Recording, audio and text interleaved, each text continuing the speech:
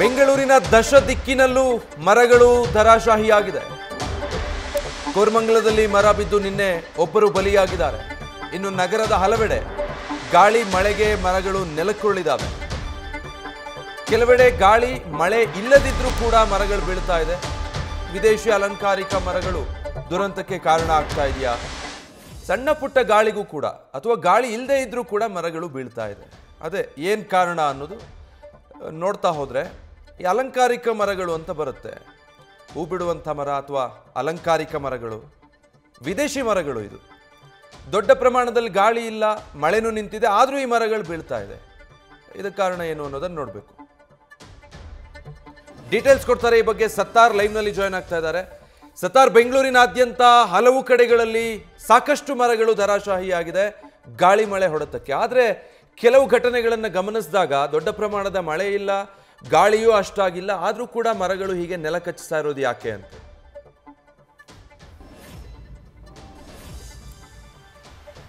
ವಿಜಯ್, ಬೆಂಗಳೂರಿನ ಬಹುತೇಕ ಮರಗಳ ಬುಡವೇ ಭದ್ರವಾಗಿಲ್ಲ. ಈಗ ನಮ್ಮ ಸ್ಕ್ರೀನಲ್ಲೂ ಕೂಡ ನಾವು ಒಂದಿಷ್ಟು ವಿಡಿಯೋನ ಪ್ಲೇ ಮಾಡಿದ್ವಿ. ಹೊರಮಾವಾಗಿರ್ಬೋದು, ಅಲ್ಲಿ ಬಿದ್ದಿರುವಂತಹ ಮರ ನೋಡಿ ಹಚ್ಚ ಹಸಿರಾಗಿದೆ. ಇನ್ನು ಓಕ್ಲಿಪುರಂದು ಸ್ವಲ್ಪ ಒಣಗಿದ್ರು ಕೂಡ ನಗರದ ಬಹುತೇಕ ಕಡೆ ಬಿದ್ದಿರುವಂತಹ ಮರ ಹಚ್ಚ ಹಸಿರಾಗಿರುವಂತಹ ಮರ. ನಿನ್ನೆ ಕೋರಮಂಗಲ್ ನಡೆದಿರುವಂತಹ ಘಟನೆ ಕೂಡ ಹೌದು. ಅದೇ ರೀತಿ ಅಂದರೆ ಒಣಗಿದ ಕೆಲವೊಂದಿಷ್ಟು ಕಡೆ ಒಣಗಿದ ಮರ ಬಿದ್ದರೆ ಇನ್ನೊಂದು ಕೆಲವೊಂದಿಷ್ಟು ಕಡೆ ಹಸಿರಾಗಿರುವಂತಹ ಮರ ಬೀಳ್ತಾ ಇದೆ. ಯಾಕಂದರೆ ನಗರದ ಬಹುತೇಕ ಮರಗಳ ಬುಡ ಮತ್ತು ಬೇರು ಗಟ್ಟಿಯಾಗಿಲ್ಲ.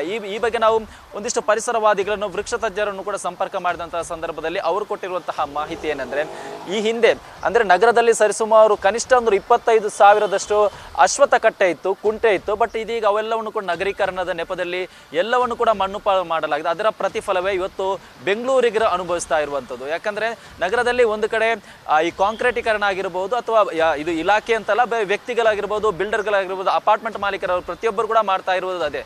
ಅಂದ್ರೆ ಮರಗಳ ಬುಡಕ್ಕೆ ಕಾಂಕ್ರೀಟ್ ಕೂಡ ಮಾಡ್ತಾರೆ. ಅದನ್ನು ನಿಮಗೆ ಒಂದು ದೃಶ್ಯ ತೋರಿಸ್ತಾ ಹೋಗ್ತೀನಿ. ಇದು ಕೋರಮಂಗಲ ದೃಶ್ಯ. ನಿನ್ನೆ ಏನು ಈ ಮರ ಬಿತ್ತಲ್ಲ, ಅದರ ಪಕ್ಕದಲ್ಲಿರುವಂತಹ ಮರದ ಚಿತ್ರಣ ಹೇಗಿದೆ ಅನ್ನೋದನ್ನು ನಿಮಗೆ ತೋರಿಸ್ತಾ ಹೋಗ್ತೀನಿ. ಅಲ್ಲಿರುವಂತಹ ಮರದ ಬುಡ ಏನಿದೆ ಅಲ್ಲೂ ಕೂಡ ಕಾಂಕ್ರೀಟೀಕರಣ ಮಾಡಲಾಗಿದೆ. ಈ ರೀತಿ ಮಾಡುವುದರಿಂದ ಅದು ಒಂದು ಮಳೆ ನೀರು ಆಳವಾಗಿ ಹೋಗಲ್ಲ. ಮತ್ತೊಂದು ವಿಚಾರ ಏನಂದರೆ, ಈ ಪರಿಸರ ತಜ್ಞರು ಮಾತನಾಡಿದ ಸಂದರ್ಭದಲ್ಲಿ ಒಂದು ಮರ ಗಟ್ಟಿಯಾಗಬೇಕಂದ್ರೆ ಅದ್ರ ಎಷ್ಟು ಎಲೆ ಇರುತ್ತೋ ಅಷ್ಟು ಬೇರುಗಳು ಇರಬೇಕು. ಬಟ್ ಇತ್ತೀಚೆಗೆ ಏನಾಗ್ತಾ ಇದೆ ಅಂದರೆ, ಅಂಡರ್ಗ್ರೌಂಡ್ ಕಾಮಗಾರಿ, ಚರಂಡಿ ಕಾಮಗಾರಿ ಆಗಿರ್ಬೋದು, ಅಂಡರ್ಗ್ರೌಂಡ್ ಕೇಬಲ್ ಅಳವಡಿಕೆ ಮಾಡ್ತಾ ಇರುವ ಸಂದರ್ಭದಲ್ಲಿ ಅಲ್ಲಿರುವಂತಹ ಬೇರುಗಳನ್ನು ಕಟ್ ಮಾಡಲಾಗ್ತಾ ಇದೆ. ಇದರಿಂದ ಚಿಕ್ಕ ಪುಟ್ಟ ಮಳೆ ಬಂದರೂ ಸಾಕು, ಅದನ್ನು ತಡೆಯುವಂತಹ ಕೆಪಾಸಿಟಿ ಇಲ್ಲದೆ ಚಿಕ್ಕ ಪುಟ್ಟ ಮಳೆಗೂ ಅಥವಾ ಗಾಳಿ ಇಲ್ಲದಂತಹ ಸಂದರ್ಭದಲ್ಲೂ ಕೂಡ ಅದು ಧರಾಶಾಹಿಯಾಗಿ ಜನಸಾಮಾನ್ಯರಾಗಿರ್ಬೋದು, ಕಟ್ಟಡ ಆಗಿರ್ಬೋದು ಎಲ್ಲ ಕೂಡ ಹಾನಿಯಾಗ್ತಾ ಇದೆ ಅನ್ನೋ ಮಾಹಿತಿಯನ್ನು ಪರಿಸರ ತಜ್ಞರು ಹೇಳ್ತಾ ಇರುವಂಥದ್ದು. ಮತ್ತೊಂದು ವಿಚಾರ ಏನಂದ್ರೆ, ಇಲ್ಲಿ ಹಾಗಾದ್ರೆ ಇದು ಏನು ಮಾಡಿದ್ರೆ ಸರಿಯಾಗ್ಬೋದು ಅನ್ನೋದನ್ನು ಕೂಡ ಒಂದಿಷ್ಟು ನಾವು ಇಲ್ಲಿ ಮೆನ್ಷನ್ ಮಾಡಬೇಕಾಗುತ್ತೆ. ಯಾಕಂದ್ರೆ 2024ರಲ್ಲಿ ನಗರದಲ್ಲಿ ಬಿದ್ದಂತಹ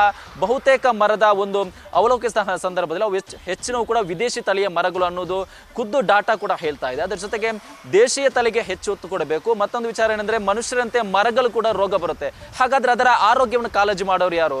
ಆ ಒಂದು ಇದೇನಿದೆ ಪರಿಸರ ಇಲಾಖೆ ಆಗಿರ್ಬೋದು ಅಥವಾ BBMP ಪರಿಸರ ಅರಣ್ಯ ಇಲಾಖೆ ಏನಿದೆ ಅವರಿಗೆ ಬರುತ್ತೆ. ಅವರು ಏನಾದರೂ ಈಗ ನಗರದಲ್ಲಿರುವಂತಹ ಬಹುತೇಕ ಮರಗಳೇನಿದೆ ಶಿಲೀಂಧ್ರ ರೋಗದಿಂದ ಕಾಡ್ತಾ ಇದೆ. ಆ ಒಂದು ರೋಗ ನಿರೋಧಕ ಶಕ್ತಿ ಏನಿದೆ ಅದಕ್ಕೆ ಕೊಡಬೇಕಾಗುತ್ತೆ. ಅಂದರೆ ರೋಗ ನಿರೋಧಕ ಶಕ್ತಿಯನ್ನು ಅಳವಡಿಕೆ ಮಾಡಬೇಕಾದ ಒಂದು ಕೆಲಸವನ್ನು ಪಾಲಿಕೆ ಮಾಡಿದರೆ ಮುಂದಿನ ದಿನದಲ್ಲಿ ತಮ್ಮ ಅಂದರೆ BBMP ವ್ಯಾಪ್ತಿಯಲ್ಲಿರುವಂತಹ ಬಹುತೇಕ ಮರಗಳು ಈ ರೀತಿ ಧರಾಶಾಹಿ ಆಗೋದನ್ನು ತಪ್ಪಿಸಬಹುದು ಅನ್ನೋ ಮಾತನ್ನು ಈಗಾಗಲೇ ಪರಿಸರ ತಜ್ಞರು ಕೂಡ ಕೊಟ್ಟಿರುವಂಥದ್ದು. Vijay, thank you Sattar. News First, ನಿರ್ಭೀತಿಯಿಂದ ನಿಮ್ಮ ಪರವಾಗಿ.